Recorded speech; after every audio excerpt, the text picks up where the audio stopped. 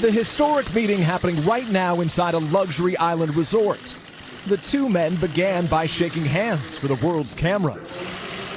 Then transitioning to meeting one-on-one, the only other people in the room, translators. The president saying he'll size up the North Korean dictator within seconds. How long will it take? I think within the first minute, I'll know. How? Just my touch, my feel. That's what I do. I think that very quickly I'll know whether or not something good is going to happen. It is a high-stakes mission. Is Kim Jong Un, who's threatened the world firing 23 missiles last year, even detonating a hydrogen bomb, really ready to give up his nuclear weapons for economic relief and security assurances?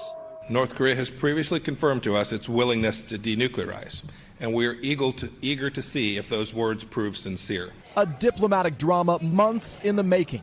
President Trump fired his own verbal missiles. Rocket Man is on a suicide mission for himself and for his regime. While Kim threatened to push his nuclear button, calling the president a dotard. So after crippling sanctions and decades of isolation, is Kim now ready to make a dramatic change?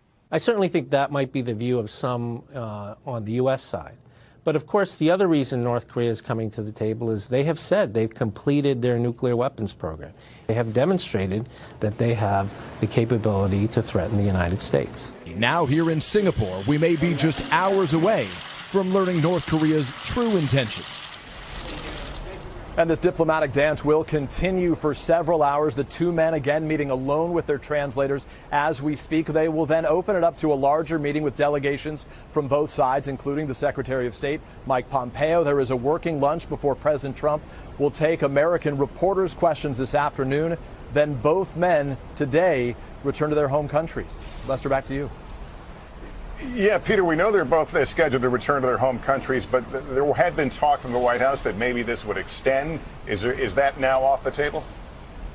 Yeah, it sounds like it is. I was in the Oval Office with the president only a couple of days ago, and I asked him specifically, how long will this go? He said 1, 2, perhaps 3 days, depending on how things go. But we have heard now from the White House that they think even in advance of this meeting that the talks had gone so well, they were progressing much quicker than expected, they indicated. So what we'll be watching at the end of this, do they come out with some form of a joint statement, a communique of sorts, which would be significant if they agreed to the terms of some communique just days after the President Trump wouldn't sign on to a communique with some of America's top allies at the G7 summit?